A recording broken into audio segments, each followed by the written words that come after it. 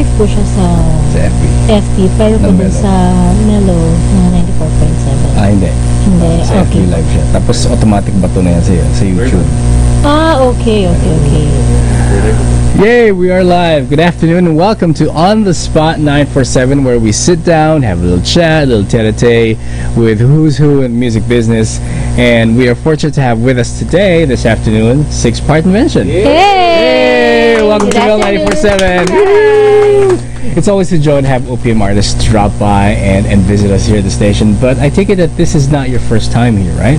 Yes, actually our third or fourth. Right. Yeah. And the last time you were here, you were playing gigs during the afternoon sessions with Ingrid. Yeah. So it's nice to see you all once again. Now, for those who are not familiar with you guys, you have 5 albums that were released since 2006. Yes. And this, of course, included original songs and covers. And along with that, you also garnered an award at the 27th Awit Awards for the most downloaded song back in 2013 for your song Two Steps Behind. Yes. And you were also the most downloadable artist back in 2013. When you get awards like that, how does it make you feel? Like a certain sort of validation that you are recognized? Of course, syempre, overwhelmed and inspired na to do good talaga sa craft namin. Kasi, ano ba yung, para ba ito? Tulungan mo ako? Validation. Yeah, parang ganun. So, ako as a composer, ano yun, reward Yeah, reward, tama. na you release the original song and eventually gusto ng mga tao na kamuha ka na agad. Well, malaki yan. Malaking tulong, malaking tatak sa certificate of Yes. authenticity. A digital stamp, sabi nga nila. And I guess also, apart from getting the awards, the mere fact that you were able to take some time off from a busy schedule to sit down and to distill a particular experience and put that to music, that I guess also is rewarding itself. Diba? So here on the show we have Mr. Ray Canton, who's on lead vocals. That's Ray, as well as the guitars, keyboards, and programming. We also have Kay Canton on lead vocals, and we're missing out the drum section. Tag is not here, but Cookie Tyler is here for the bass. So let's backtrack a bit and maybe go back to the day when you first formed the band. How did you guys start out? Ray, he's the band leader. Yan. Band leader / historian. Yeah. Pag kinukwento ko kasi ito parang tanda na. Ay, wag aminin. Secret lang. Na inabutan mo yung stage 1 dito, it means tagal na. Yeah. Anyway, it started out way back 2000. I was into this boy band, nagkaroon ng boy band explosion ng late 90s. Kasama ako isang boy band group. Oh, okay. Which band is this? It's Shall not be named ba or okay lang? we were then called Boys. Okay. And then later on, tinawag kami Rhythm and Boys. Alright. After that group fell out, yun, I started to become a manager ng band, and eventually, Six-Part Invention. Yeah. So, where did you get the name? Nandito ako nag-aral ako dati sa Conservatory of Music. Okay. Nice. We have this piece called the 2-part. 3-part, 4-part. Right. So parang pag 2-part, violin, piano, and pag 4-part, so ito 6-part Invention, but now, we're parang state. Yeah. So, meaning ko na lang ito 6-part Invention for human player. Plus, we usually do like big program. Right. Rhythms and all that. Party organs too, so that's it. Ayos. Walang math graduate sa inyo, no? O meron ba? Kaya Math? No. Math. Mas prom ako. Math, wala. Oo, kasi perfect pa rin yung formula niya, 6 pa rin eh, di ba? Pumasok ako sa Parang allergic sa Allergic math. sa- Ano? Next question, Next ayoko ng math. question, oh. Kaya pumasok ako ng music, pero eventually magparaan pa ng calculation. Oo, true, meron din. I think math is everywhere, whether you like it or not. Yeah, awesome. Any particular artist that you kind of like patterned the group after when you were forming? Like, oh, dapat katunog natin sa ganito, or wag masyadong malapit kay ganito because we might sound like a clone or whatever. Yeah, ang gusto ko talaga natin is a group that exactly sound like that level. Oh, okay. Ryan Adams Mm-hmm. or Richard Maxwell. Alright. It's pop rock talaga. Mm-hmm. If you hear these groups and solo singers, isang producer, Mm. which is si Matt Lang. So I don't hire yung producer. Actually, producer yung nahabot ko and lahat ng mga producer isang talaga. Alright. Yun sound. Way back. And kung mag-producer ka na lang, one artist is not enough. Siyempre, after one, success, then, you know, kumbaga parang nanganganak. And Baka move on to one more. Yeah. Kaya talaga Cool. I'm sure also that I said you were doing live gigs before. It played a big part in the evolution and in the growth of the band. You also had a stint, I think a 5-year stint in Showtime. Yeah. Yeah, can you talk a little bit about the experience? But how did you guys get to be on that show? Since the late 90s, early 2000s, I was working at the ABC Okay. Okay. for the shows at KTV pa ng time na yun. Yeah, right. Then KTV and lahat na wala dyan. So yung mga shows na yun, I know really music to them. And way back 2014, it asked me to para sa video directing. So ayun, the showtime we do opening numbers Mm-hmm. for the hosts and the guests. Yeah. I was just for the first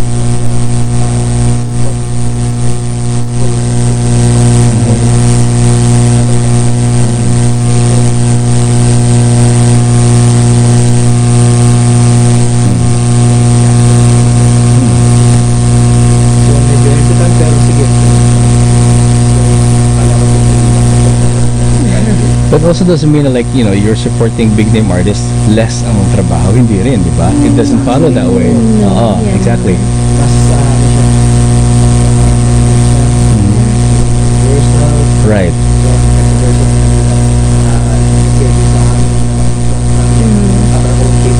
Right.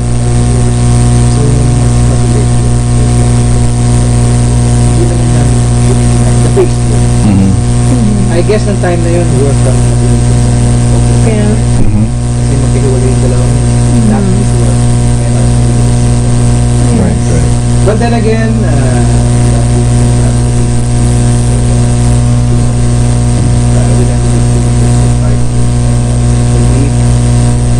I think it's time na bumalik para kasi nakalimutan na tayo ng tao. Right. Minsan ganun eh, di ba? Like, I mean, admittedly, sometimes even the courses that we took up in college and then we take on a different job, hindi yun ang magiging trabaho mo just Yeah. because you studied that.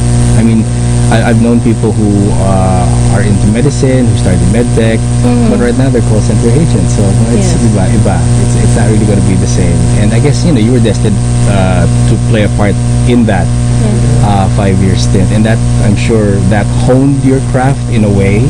Yeah. It also disciplined you in certain things of how maybe music is supposed to be presented and how you write. When you do write, which is more important for you, the music or the lyrics? Or which comes first na rin? Pwede ganun. Your reach comes first. Because both, important siya both. Important Because, yeah. But pag nagsusulat ako is nauuna lang Yeah, minsan may lyrics siya mauna than yung music. minsan may lyrics gagawin ako na Mhm. yun, sasagutin ko na yung siguro madali po yung may lyrics niya Mhm. then gagawin ako na Ah, usually when things like that come in, it's the times na you least expected. Basta magmaneho ka, then a melody comes to mind. Parang, pwede ba, later na. I'm driving, I can't write a song now. But sometimes you just have to do that, or else you'll lose the momentum. You forget the in the spirit of it, mag-iiba. Like in our case, pag nagka-cramp kami, dun mas maraming naiisip. Unlike dun sa matagal, may nagbabangka ng song. Right. Hindi, wala kaming Hindi mo ganun. magagawa. Pag may deadline ako. So yun nga, deadlines work. Yes. May silbi ang deadline. Yeah. All the time. Contrary to most students who are listening, yes, may silbi ang deadline. Learn from May the silbi. experience. And may silbi din ang pagkakrap. Yes. Not that we're supporting cramming or anything like that, but whatever process works for you. The whole thing is really a process. And as part of a process also in performing on live TV, I'm sure apart from experiences, everything has to be done right, everything has to be measured right. Any bloopers from that experience you can share? So far, ang pinakamalaking parang proyekto lang is dahil na nakasigod na Yeah. wala na proyekto. Oh yes, right. You know, yung playback na yun is katalon or something. It happened. It happened, yeah. Sa, Sa Resorts World. Resort World. Oh no. God finally sa gitna ng segment dito sa Okay. And okay, sige, masaya kami na skip. And nung pinanood namin playback, yung buong pati yung so yun, or 8 minutes na binigay yung setup, you have to beat that Right. para mas tama yung setup. Pwedeng, less than 8, but hindi ka pwedeng sumobra. That's the thing with mine. Diba? Pressure. But again,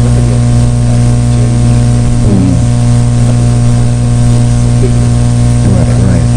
I know that you have a new single, your latest, which is called Mahirap Sabihin, Mahirap Gawin. But kung isa-isahin ko sa inyo, what was the most difficult thing for you to say?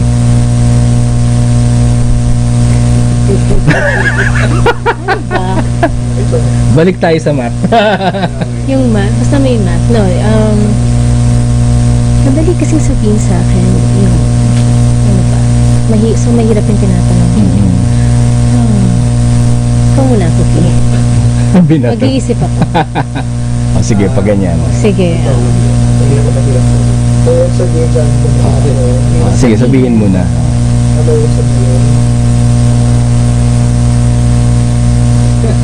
Before, yung girlfriend ako, parang hindi ko ma-diretso. Doon pa to Wala. Mahirap gawin. Ayun nga, hindi ko rin mahimalayan. Wala akong maisip. Ako, Sabihin. deadline. Mahirap sabihin mo. Sabihin, magtaas ka na kamay. Like, pwedeng extension. Yes, ako, ganyan ako. Kasi, hindi ko mapilit yung sarili ko to do this thing. Minsan kasi, bibigyan ka ng alapin or parang bibigyan sa inyo Yeah. If you could only tell people like, please give me like a 2 weeks notice na if you need it in 2 weeks, sige, ganyan katagal. mahirap sabihin, Huwag yung, gawin. yeah. Hindi ko masabi na hindi ko kaya gawin yan. Sabihin yourself, sabihin mo na hindi ko kaya gawin pero gawin. Mahirap sabihin, mahirap sabihin. Right. Ayan. Balik sa'yo. Sa akin. Mahirap sabihin ang, Kailangan ko, ano, magpatawad.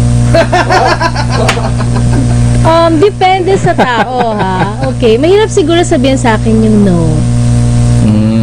Okay. So, sa ibang, well, baka piling tao.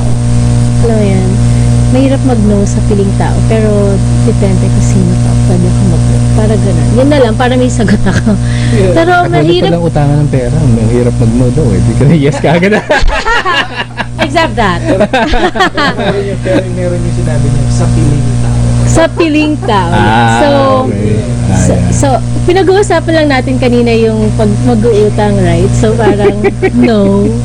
Para walang issue tayo. Pwede na ba yun? Pwede. Mahirap yung tanong mo. Oo nga. Oo nga, no? Mahirap din yung kanta niyo. Oo nga eh. Bakit ba kasi yan ang title? Which goes back to the song. Who wrote it, by the way? Ako din. Eh, You did. Okay. What was the inspiration for the song? Okay, yung song is about sa lahat ng mga tao na relationship na going sideways Mhm. after ilang years. Meron pa nga sinasabi na 5 year each ba or 7 year each Yeah, yeah. na nagkakaroon ng gano'n na alam mo nagkakaroon and after 1 year, 5 years nagkakaroon ng taguan. Mhm. Ayaw na sinasabi niya. Bibili lang ng t-shirt, itatago ba yung resibo? Diba? Yung makarelate Well, ako dun. napakamaliit. Sa akin, laruan eh. Maliit na bagay, pero kung mali yung maliit na bagay na kasi malaki yan. Totoo naman. Build up yan hanggang sa pati yung samahan yung dalawa. Nagkakaroon.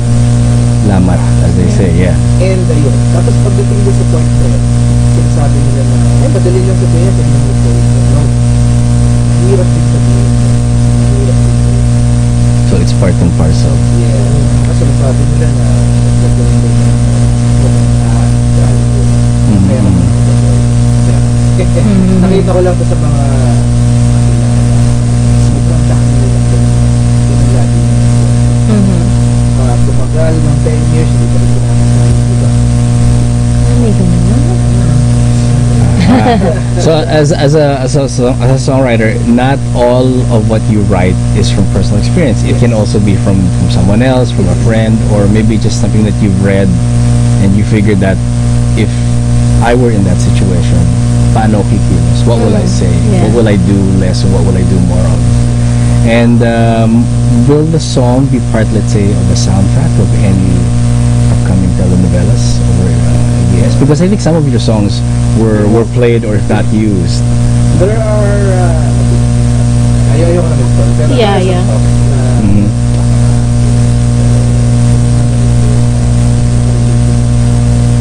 Happy na kayo. As long as people are relating to the song and Or enjoying talking about appreciating it, it, yeah, yeah. appreciating it at the very least. Okay na kanya. sikat, parang matapos na Mhm. Yeah. Lapit yun, isang talon lang. Okay. True! 7-hour drive na din 12 hours. Wow. Yeah. Dahil sa nakasabay namin Wait, sino yung drive sa inyo? Like, take turns pag may Ano, gigs? may Okay, driver. which is good. So, yun. Doon, alam nila yung song, I guess. Yeah, so happy na kami ron. Mababaw lang kami. Yun na yung happiness namin. That's where your validation Yeah. comes from. Well, with the continued validation for the band, what is next for Six Part Invention? Maybe acting appearances in any of the telenovelas that you guys that they use your songs in. I don't know, but maybe no. Siya, gusto niya. Ako, alam mo yung iba na ano sinasabi. Anong pangarap mo yun? Tapos, ako pangarap ko yun. Yeah. Sige, sabihin mo, claim it. The universe will give it to you. Pero biro, pero now that we're back again, Mhm. at to full album. Yes. Actually, that's the title, full album. Full album. Oh, cool. The album is may definite title na or like because there's still a debate. I still hear that 8 songs, hindi album yan. Ano lang yan? Parang it's like EP. something in between an EP and an album. Yeah. So for you, if it's 8, would you consider that an album already? It doesn't really have to be 10 songs. Yes. Yes. Okay. Actually, I'm talking about back aside rin by your side. Finally, you make side 5 minutes. Yeah, there was one time puro ganun, di ba? Sobrang idol Right. ni Sai. So 5-5, o di 10 na rin, di ba? Yeah. Ayun. So, ayun. Something lang. Album by your side. Yeah. So, I guess 8 songs. It's consider full album already. And with the trend these days, not not just technology, but and also I guess buying preferences, physical or digital. What's your take on that? Ako, I believe Thank you.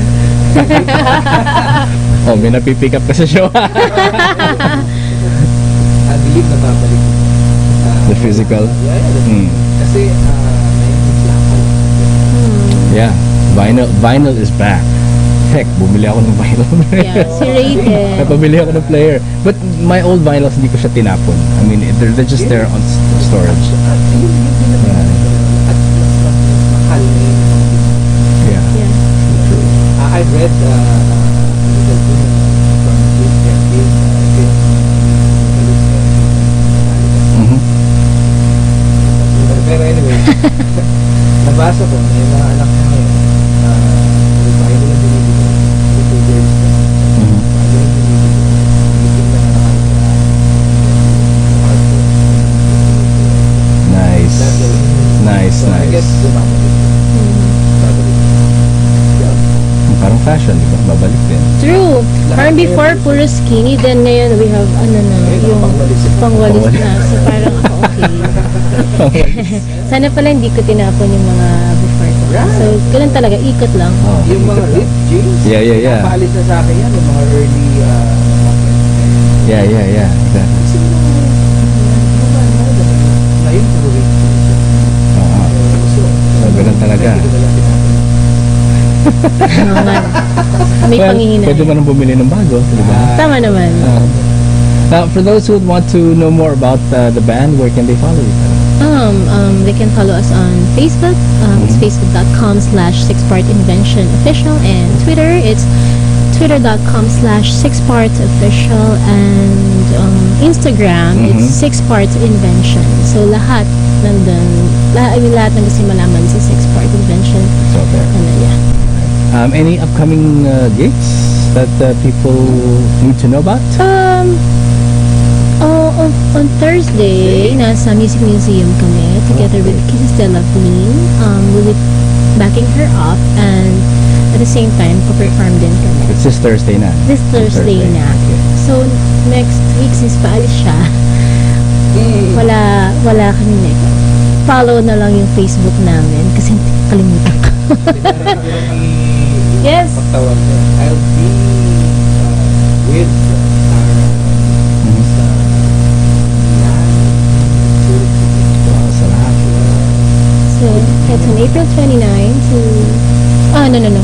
May 3 and May 4. Parang ganun. Ako taga-ayos ng schedule mo. PA niya ako. So yun yung work na sinasabi ko. Right. Right.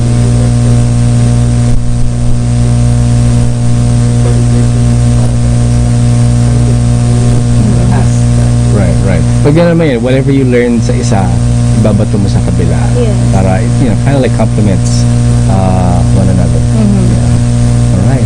So thank you once again, Sixpart Invention. You are always welcome to Oh, come back. thank you so much for having And me. see us again when you are in the area. Yes, So this has please. been Cash for On The Spot 947. Till the next edition, we shall be on the lookout for the next OPM artist or artists that we would love to feature here.